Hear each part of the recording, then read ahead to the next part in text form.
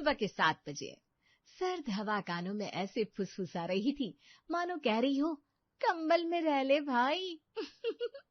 पर महेश कौन सा मानने वाला था। अब ठंडी घुस गई है। ताजी ताजी सब्जियों का खाने का जो मजा है इस मौसम में, वो किसी मौसम में नहीं। हाफ पैंट के ऊपर बनियान और हाथ में थैला लिए महेश घर से निकलने लगता है। तभी शोभा उसे टोकते हुए कहती है, हाँ, बनियान में ही बाहर चले जाओ। ये गुलाबी ठंड लग गई ना तो बिस्तर पर ऐसा गिरोगे कि 10 दिन के पहले बिस्तर से उठना मुश्किल हो जाएगा। दरवाजे की पीछे की खूंटी में मेरी शर्ट लटक रही है, पकड़ा तो जरा। अरे खुद जाकर ले लीजिए, इसी बहाने शरीर की थोड़ी और कसरत हो जाएगी। हाँ हाँ भी ठीक है। महेश बनियान पर शर्ट डालकर अपनी कोल्हापुरी चप्पल पहनकर मार्केट के लिए निकल पड़ता है। ठेले चमक रहे हैं, सब्जी वाले सब्जियों पर पानी छिड़क रहे थे। अरे ये नहीं, ना ना ना ना, ये भी नहीं। आलू नहीं, भिंडी नहीं, बैंगन नहीं, तो फिर क्या लेंगे भैया आप?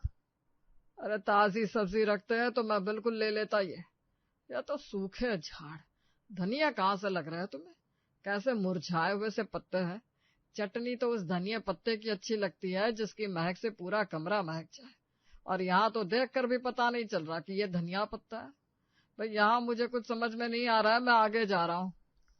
इधर आइए ना भैया, आप भी कहाँ माथा भिड़ा रहे हैं। चीकू तो ऐसे ही बासी सब्जियां रखता है, आप मेरे पास आइए, यहाँ आइए। हाँ हाँ आ रहा हूँ भाई। वो टमाटर दिखाओ जरा। हाँ वही जो धूप में चमक रहे हैं। आप हमेशा A1 क्वालिटी की सब्जियां पसंद करते हैं, मानना पड़ेगा साहब। ये एक्सपोर्ट क्वालिटी क्या है? चलिए आधा किलो और बढ़ा दे, सर्दी में सब्जी कम नहीं पड़नी चाहिए। इतने से महेश को शांति नहीं मिली थी। उसे तो मार्केट की सबसे बेहतरीन, सबसे ताजी सब्जियां चाहिए थी। पालक, मूली, गोभी, सब कुछ टॉप क्लास, जिन्हें ढूंढते हुए महेश बाजार में अंदर आता है। गोविंद, ले मैं आ गया। तेरे पास आए बिना मेरा कोई काम होता ही नहीं।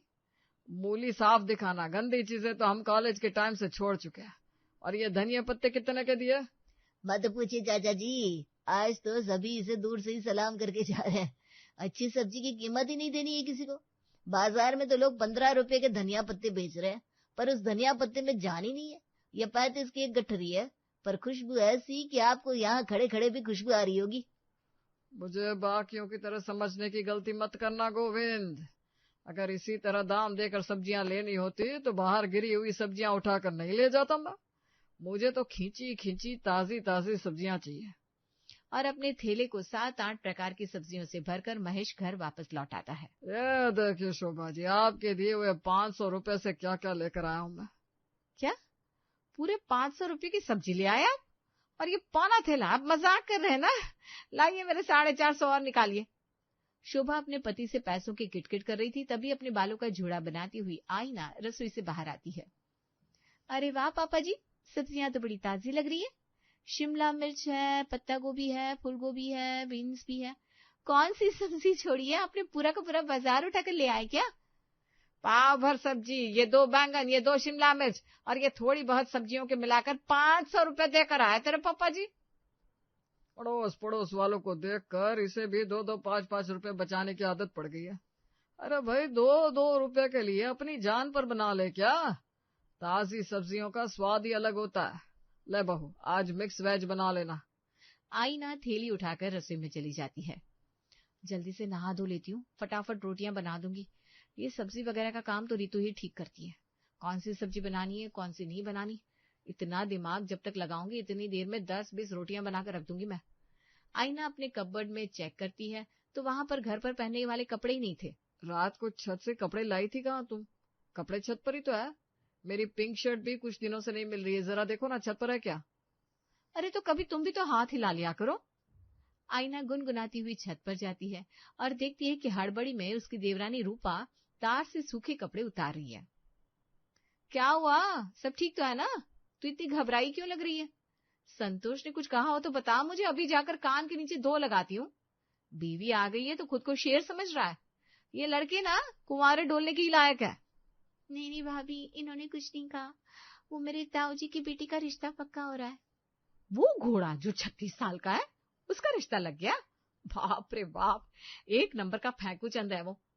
जैसी उसकी हरकतें हैं मुझे तो लगा ही नहीं था कि इस जन्म में उसकी शादी पक्की हो जाएगी।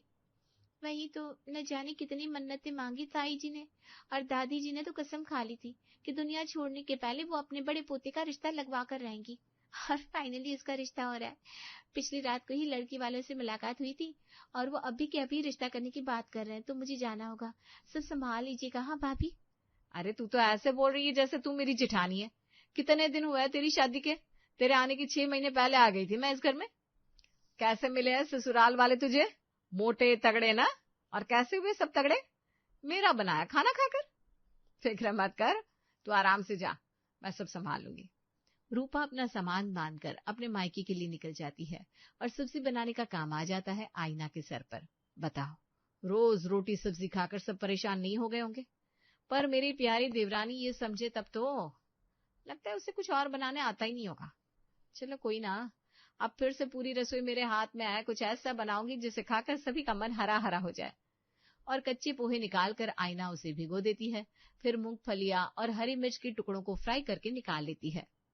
बस अब कढ़ाई में डालूंगी टमाटर, थोड़ा सा कड़ी पत्ता, जरा सी हल्दी और गरम मसाला, फिर पोहे डालकर बस मिलाना ही तो है। और लास्ट में मूंगफली और फ्राई किए हुए हरे मिर्च की गार्निशिंग। बस बन गया पोहा। इतना सा तो काम है। जितनी देर में रोटी सब्जी बनती उतनी देर में पोहा बनाने के बाद कपड़े धोने के लिए भी डाल दूंगी मैं। तैयार किए हुए पोहे आईना सभी को परोसती है। अपने सामने परोसे पीले पोहे को चम्मच से हिलाता हुआ महेश कहता है, अरे बहू, इसमें तो टमाटर के सिवा कोई सब्जी दिख ही नहीं रही। कितनी सारी सब्जियां लेकर आया था मैं। गाजर थी, शिमला मिर्च थी, प्याज थे। कोई भी सब्जी इस्तेमाल नहीं की तूने। कम से कम आलू ही डाल देती। अच्छा हाँ हाँ, सब्जी तो थी पापा जी, वो रूपा इतनी हड़बड़ी में निकली कि दिमाग से सब निकल गया। खैर कोई बात नहीं, दोपहर को दाल चावल के साथ बना लिया जाएगा कुछ। दोपहर को कहाँ से कुछ बनाने का सोच रही हो तुम? भूल गई क्या? आज गृह प्रवेश में जाना है हमें। कितनी मुश्किल से तो बुलावा आता है। अरे मेरे दिमाग से निकल गई थी बात। बताइए, बेकार में ही मैंने इतने पोहे बना लिए।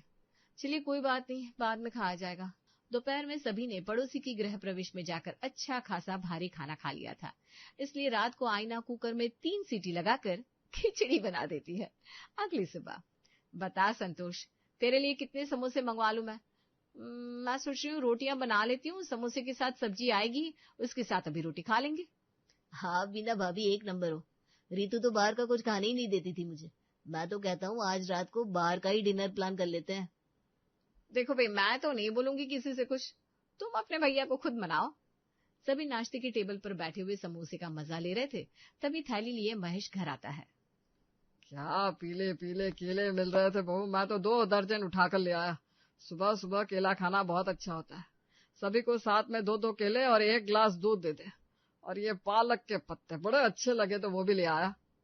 रोटी, समोसे और फिर केला, ये कैसा सा कॉम्बिनेशन हुआ पापा जी? एक बार सभी नाश्ता कर ले, फिर छोटे से ब्रेक के बाद केला और दूध दे दूंगी सभी को। अरे क्यों रोज रोज ताजी ताजी सब्जियां और फल ले आते हैं आप? पिछली बार आप जो सेब लेकर आए थे ना, अभी तक किसी ने नहीं खाया। अकेले मैं कितना खाना निपटाऊं? इन बच्चों को तो मैगी तैगी ही समझ में आती है। जब से रूपा गई है तब से फ्रिज से सब्जियां तक नहीं निकाली किसी ने। अभी भी मैं फ्रिज खोल कर देख कर आई हूँ, आपकी लाई हुई सारी सब्जियां लगभग गलने को आ गई है। ऊपर से आप ये पालक और ले आए। अपनी सास की करारी बोली सुनकर आईना सबसे पहले फ्रिज खोलती है और क्रिस्प ड्रॉअर से सब्जियों की थैली निकालती है। हाय हाय, सब्जियों ने तो पानी छोड़ दिया। कोई फायदा नहीं, अब इन्हें फेंकना ही पड़ेगा। वक्त पर अगर तूने फ्रिज से सब्जी निकाल ली होती ना, तो ये सब्जियां खराब नहीं होती बहू। हाँ, आप तो ऐसे कह रही है मम्मी जी जैसे सब्जियों को मैंने खुद सुई लगाकर खराब कर दिया हो। अब बीच में हम 2 बार बाहर खाने चले गए थे, फिर गृह प्रवेश पर भी तो जाना था। फिर एक दिन देवर जी ने समोसे की फरमाइश कर दी, तो जबरदस्ती सब्जी बनाकर रखना भी तो सही बात नहीं है ना मम्मी जी। आईना अपनी बात कह रही थी कि तभी उसकी सास के फोन पर रूपा का कॉल आता है। क्या? तू अभी 5 दिन और नहीं आएगी? अरे बहू ऐसा मत बोल। अरे मम्मी जी आप ऐसा मत बोलिए, 5 दिन क्या 15 दिन भी लग जाए तो मुझे रुकना ही पड़ेगा। बस किसी तरह फटाफट भैया की शादी हो जाए, मैं शादी के बाद ही वापस आ जाऊंगी। अच्छा फोन रखती हूँ मम्मी जी, बहुत काम है। पापा जी से कहिए ना मम्मी जी कि देख सुनकर सब्जियां लाया करे। ज्यादा सब्जियां आ जाती है इसलिए वेस्ट हो जाती है। और कोई बात नहीं है, हाँ आज मौसम में इतनी ठंडक है, ऐसे में कौन केला खाएगा। अब 1-2 दिन बाद अगर केला खराब हो जाए ना, तो आप मुझे कहने मत आइएगा। मौसम देखकर केला लाना चाहिए था पापा जी को। शोभा का तो मुंह ही सूज जाता है, पर वो कर भी क्या सकती थी। गुस्से में शोभा अपने कमरे में आकर बैठ जाती है। पैसे क्या पेड़ पर उगते हैं? एक तो ये है जिन्हें ताजी सब्जियों का इतना शौक है कि हर रोज 200-400 की सब्जी ले आते हैं, और एक मेरी आईना जिसका आलस मेरे बेटों से भी आगे। 3-4 दिनों के पहले तो ये सब्जी बनाती नहीं। रूपा घर पर रहती तो इस तरह साग सब्जियां बर्बाद ना हो रही होती, पर अब करूँ क्या? इस तरह रोज रोज धन का व्यय होते भी तो नहीं देख सकती। अगली सुबह। आज आपने मेरी तारीफ नहीं की शोभा जी। देखिए कैसे नहा धोकर चकाचक हूं मैं। क्या फायदा? कहाँ जाना है आपको? आप भी ना शोभा जी, पूरा बाजार मेरे इंतजार में बैठा है, सब्जी लाने जाना है। थैली मुझे दीजिए, आज से मैं सब्जियां लाऊंगी, और अब 2-3 दिन में एक बार ही सब्जी आएगी, हर रोज नहीं। थैली लेकर शोभा सब्जी मार्केट निकल जाती है। नहीं नहीं बेटा, इतनी ताजी ताजी सब्जियां लेकर मैं क्या करूंगी, मुझे कच्ची सब्जियां चाहिए। कच्ची? ताना अच्छा मार लेती है आंटी जी आप। सब्जियां मेरी वाकई में ताजी हैं। ओहो, दिमाग कुछ ज्यादा ही चलाते हो तुम आजकल के बच्चे, हैं? अरे बेटा, मुझे कच्ची सब्जियां ही चाहिए। सभी को ताजी सब्जियां चाहिए होती है, आपको कच्ची चाहिए? वो तो मेरे हिसाब से मंडी में आगे की ओर मिलेगी आंटी। बहुत लोग कच्ची या ज्यादा पकी हुई सब्जियां अपने पालतू जानवरों के लिए लेकर जाते हैं। आपने भी कोई गाय बकरी पाली है क्या? शोभा अपनी थैली उठाकर आगे बढ़ जाती है। भैया जी, वो हरे हरे बैंगन और हल्की लाल और हल्की हरी शिमला मिर्च दे दो। ये तो मैडम जी कच्ची सब्जियां हैं। बैंगन तो ऐसे सख्त कि चबाए ना चबे। लगता है अब पहली बार सब्जियां खरीदने आई है। मैं गलत सब्जियां देकर ठगूंगा नहीं आपको। अगर आप इसे आज लेकर गई तो 3 दिन बाद ये पकने को आएंगी। भाई, मुझे यही सब्जियां चाहिए, दोनों आधा आधा किलो दे दो। महेश की लाई सब्जियों के भी आधे दाम में शोभा कच्ची सब्जियां लाकर फ्रिज में रख देती है। हमेशा की तरह अपनी आदत से मजबूर आईना को आज अपने ससुर जी के लाए फ्रूट्स याद आते हैं। दीपक, मैं क्या सोच रही थी, आज सभी के लिए फ्रूट शेक बना लूं, कैसा रहेगा? पापा जी भी कितने दिन से कह रहे हैं, एप्पल और ग्रेप्स घर पर ही हैं, और परसों पापा जी केले भी तो लाए थे, बना ही लेती हूँ। बना ले बहू, वैसे भी तेरे पापा जी बीच में कद्दू भी लेकर आए थे, देखना अगर कद्दू सलामत हो तो उसका भी इस्तेमाल कर ले। आईना बास्केट में पड़े सेब को निकालती है। उसमें से लगभग आधे सेब गल चुके थे।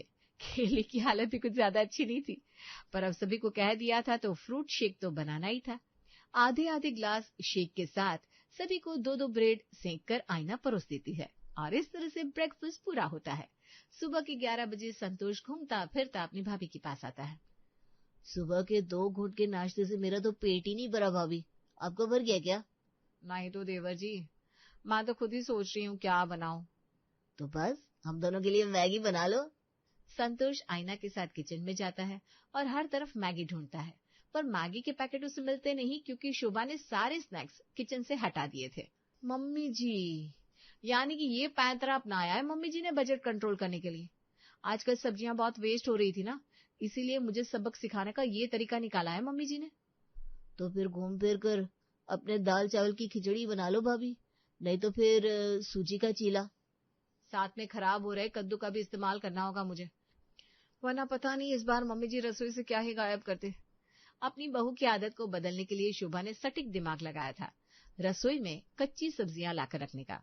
रात को शोभा किचन में जाकर फ्रिज खोलती है और देखती है कि जिस तरह से उसने सब्जियों को फ्रिज में रखा था, सब्जियां बिल्कुल वैसी ही हैं।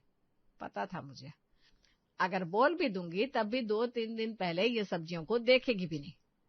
अब जब तक रूपा नहीं आ जाती, कच्ची सब्जियां ही लानी होगी, तब जाकर कहीं ढंग का खाना नसीब होगा इस घर में। और 2 दिन के बाद सच में सब कुछ बैलेंस हो जाता है। कच्ची सब्जियां जब तक पकती तब तक आईना को उनकी याद आ ही जाती। सभी को अच्छा खाना भी मिल रहा था और फल और सब्जियों की वेस्टेज भी बच रही थी। मान गए आपको शोभा जी। अब मैं समझा कि आप हरे केले क्यों लेकर आई थी। पूरे 5 दिन बाद केले की याद आई है आपके लाडले को। वाकई मम्मी, केले काफी मीठे हैं, वरना पापा के लाए फल जब तक मांगो तब तक वो गलने को आ जाते थे। आज बाजार जाकर शोभा टमाटर लेकर आई थी। देख रहे हैं आप, इसे कहते हैं बचत। ऐसी सस्ती सब्जियां लेकर आती हूँ मैं कि आप सोच भी नहीं सकते। हाँ भाई, समझ गया मैं। टमाटर की चटनी तब बनेगी जब ये हरे से लाल होकर पूरी तरह पक जाएंगे, है ना?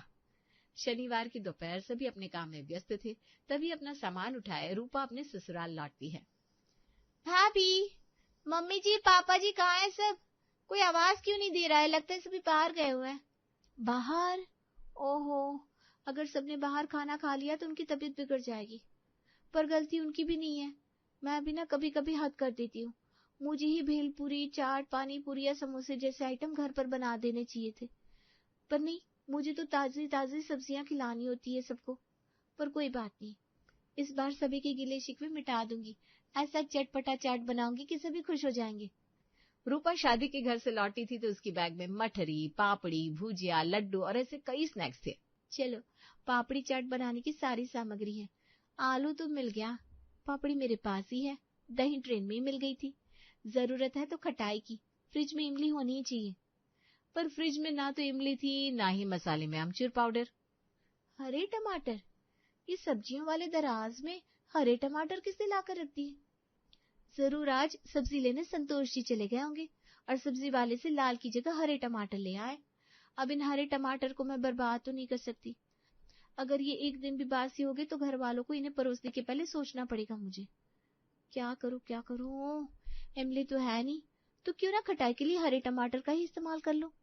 रूपा गरम तेल में हरे टमाटर को भूनना शुरू करती है। टमाटर जैसे खटास छोड़ने लगते हैं, उसमें मसाले और उबले हुए आलू के टुकड़े डालकर रूपा उसे 5 मिनट और पकाती है। बस सब कुछ तैयार ही है। अब गर्मा गर्म हरे टमाटर के आलू चाट के ऊपर भुजिया, पापड़ी का चूरा और धनिया पत्ती की गार्निश के साथ सबको परोसना है। दरवाजे की घंटी बजती है। रूपा दरवाजा खोलती है और देखती है सब एक साथ कच्ची सब्जियों की थैली लिए खड़े हैं। अरे बहू, तू आ गई? तुझे नहीं पता तेरे पीछे कितने ड्रामे हुए इस घर में। सब्जियों को गलने से बचाने के लिए मुझे कच्ची सब्जियां लानी पड़ी, और कच्ची सब्जियां इतनी सस्ती पड़ रही थी कि तेरे पति और देवर ने इसी का बिजनेस करने की सोच ली। तो हम सब बाजार कच्ची सब्जियां लाने ही गए हुए थे। तो इस बिजनेस का श्री गणेश मेरे बनाए हरे टमाटर के आलू चाट से करे तो कैसा रहेगा मम्मी जी? चाट जैसे सभी के गले के नीचे उतरती है, सभी का बिजनेस करने का मूड आराम के मूड में बदल जाता है। तुम्हारे हाथों के खाने का कंपेयर कोई कर ही नहीं सकता रूपा। आह, क्या खाना बनाती हो तुम। हमने ना कुछ ज्यादा ही दूर की सोच ली।